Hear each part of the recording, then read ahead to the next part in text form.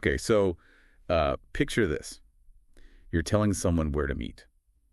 You say, I'll be in the cafe, or like on the corner, or maybe at the usual spot. Mm-hmm. These little words in, on, at, they seem simple, but, for location, they can be kind of slippery. Oh, absolutely. They're so fundamental, right? How we talk about where we are. And getting them right, well, it just makes things so much clearer. It's definitely a spot where people learning English, and sometimes even native speakers, pause a bit. Exactly. That's why we're really going to dig into this today.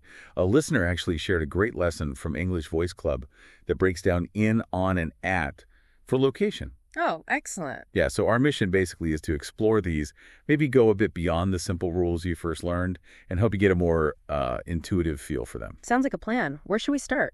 In, maybe? Yeah, let's start with in. Dive right inside. Okay. So the core idea within, when we're talking location, it's usually about being contained, like within something, inside boundaries. Right. The lesson, the one you mentioned, it starts with physical spaces, which makes sense. So we're talking rooms in the living room, in the apartment, in my bedroom, enclosed areas. Got it. Like you're surrounded by walls Mm-hmm. or just inside the limits of that specific area.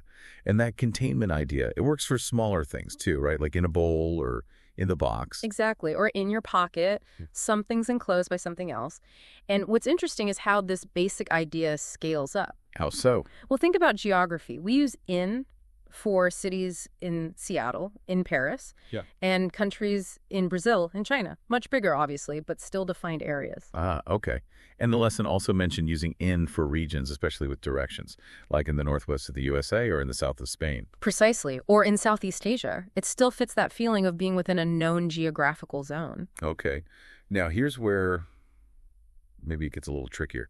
The source mentioned using in for places like in the shop, in a restaurant, in the supermarket. Mm-hmm. But it also hinted that you could use at sometimes too. So what's the difference there? It feels subtle. Yeah, that's a really key overlap. When we say in the supermarket, often the focus is really on being inside the building.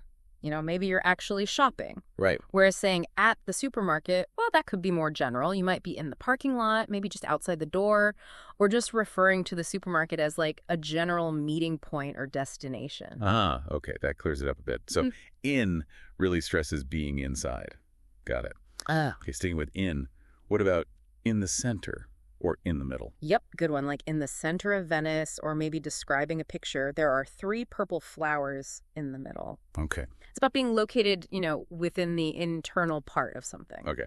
Located relative to the edges inside. Exactly. And then there's media. We say in a picture, in this photograph, in the film. It's like the image or the story is held within that medium. That makes sense, yeah. Yeah. You're sort of immersed in the movie or the subject is in the photo frame. Okay, transport. This is interesting. The lesson said in the car and in a taxi. Mm-hmm. But for most other transport, it's on. Mm-hmm. Why the split? Is there a reason? Well, it's interesting that maybe think about how enclosed you feel.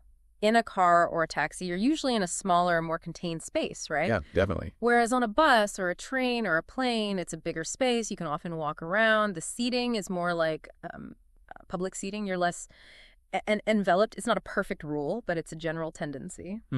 That's a helpful way to think about it. Mm-hmm. Enclosed versus maybe being on more of an open platform inside the vehicle. Yeah. And the lesson also had in for being surrounded by a material. Yes, exactly. Like in the air, in the sea, or even something like chicken cooked in a thick sauce. You're literally enveloped by it. Right, totally surrounded. Okay. Right.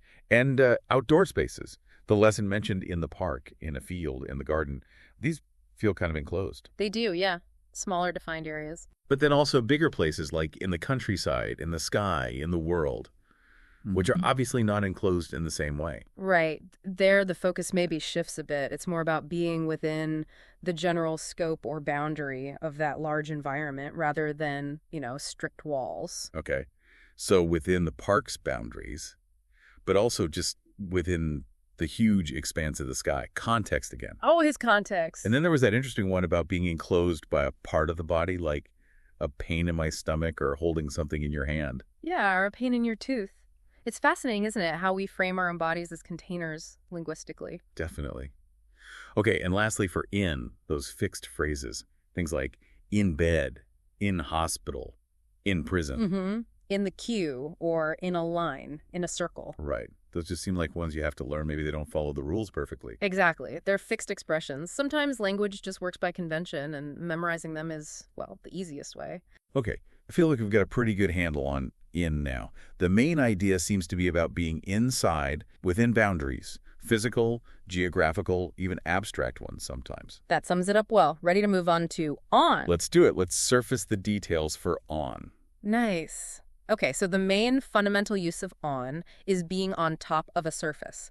Direct physical contact. Right, like on the floor, on the shelves, on the kitchen counter, resting on something. Exactly. And importantly, it doesn't have to be horizontal. The lesson mentioned on the wall. Oh, yeah.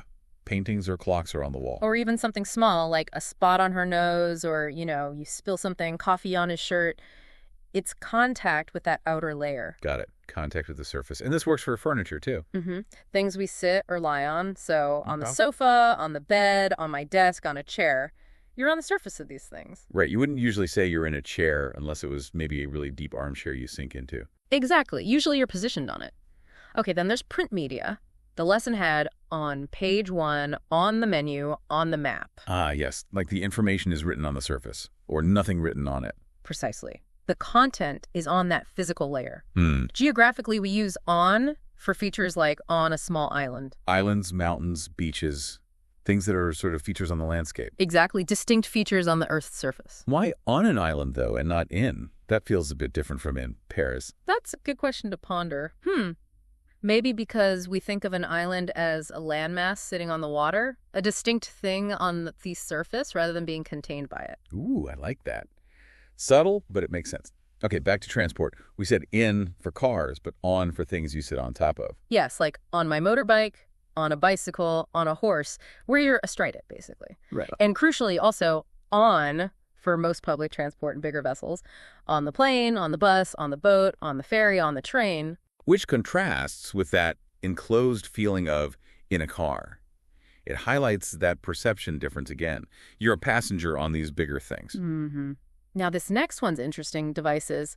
We say on the phone, on the internet, on the Xbox. Yeah, what's the thinking there? Well, here on seems to mean like connected to a network or a system. You're engaging with that platform, that sort of virtual surface. Ah, okay, like you're actively on that digital platform. Yep. That works. And floors in a building. Yep. On the ground floor, on the second floor, on the fifth floor. Each floor is a level, a surface within the building. Makes sense. You go up or down onto the next floor. Exactly. Okay, so on is key for surfaces, certain transport, print media, geographical features, digital connections, and building levels. Lots of surfaces involved. That's a good way to remember it. Ready for at. Let's pinpoint at. Okay, at often gives a sense of a specific point or place. It can mean a general vicinity, not necessarily inside something. The lesson started with public places. At the airport, at the cinema, at the mall.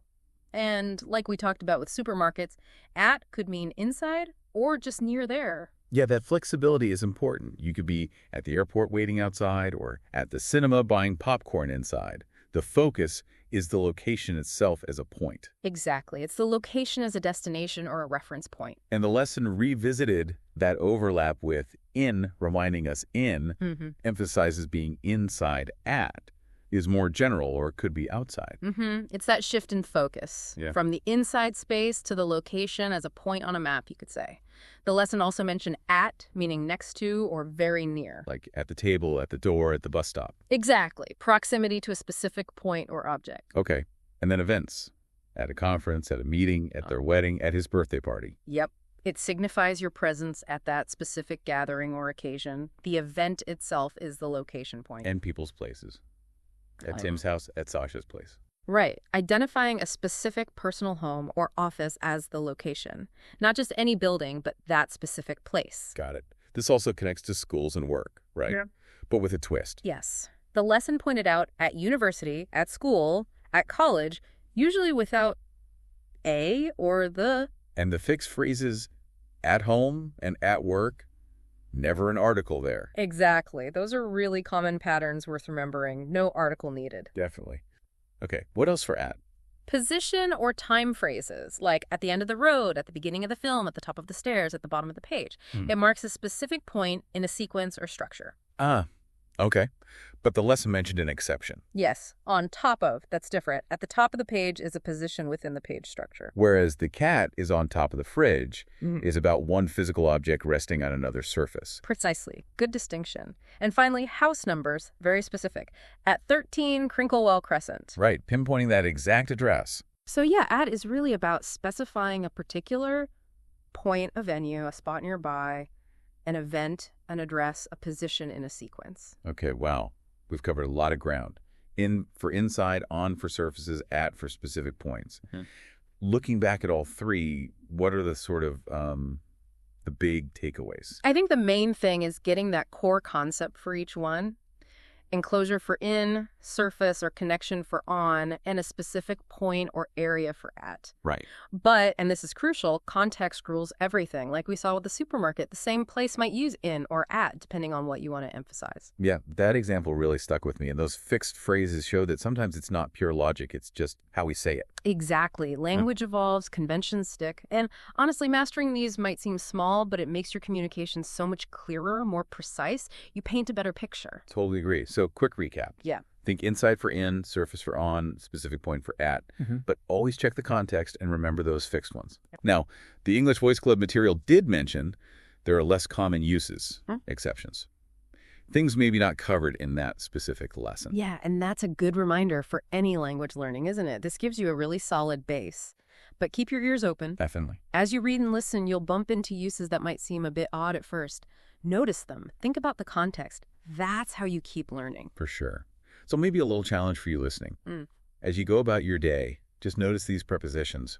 When people talk about location, are they meeting in the cafe, on the corner, or at the library? It's a small thing, but paying attention like that, it really helps deepen your feel for the language and how we use it to map out our world. Well said. Thanks again for sharing that resource and for digging into this with us.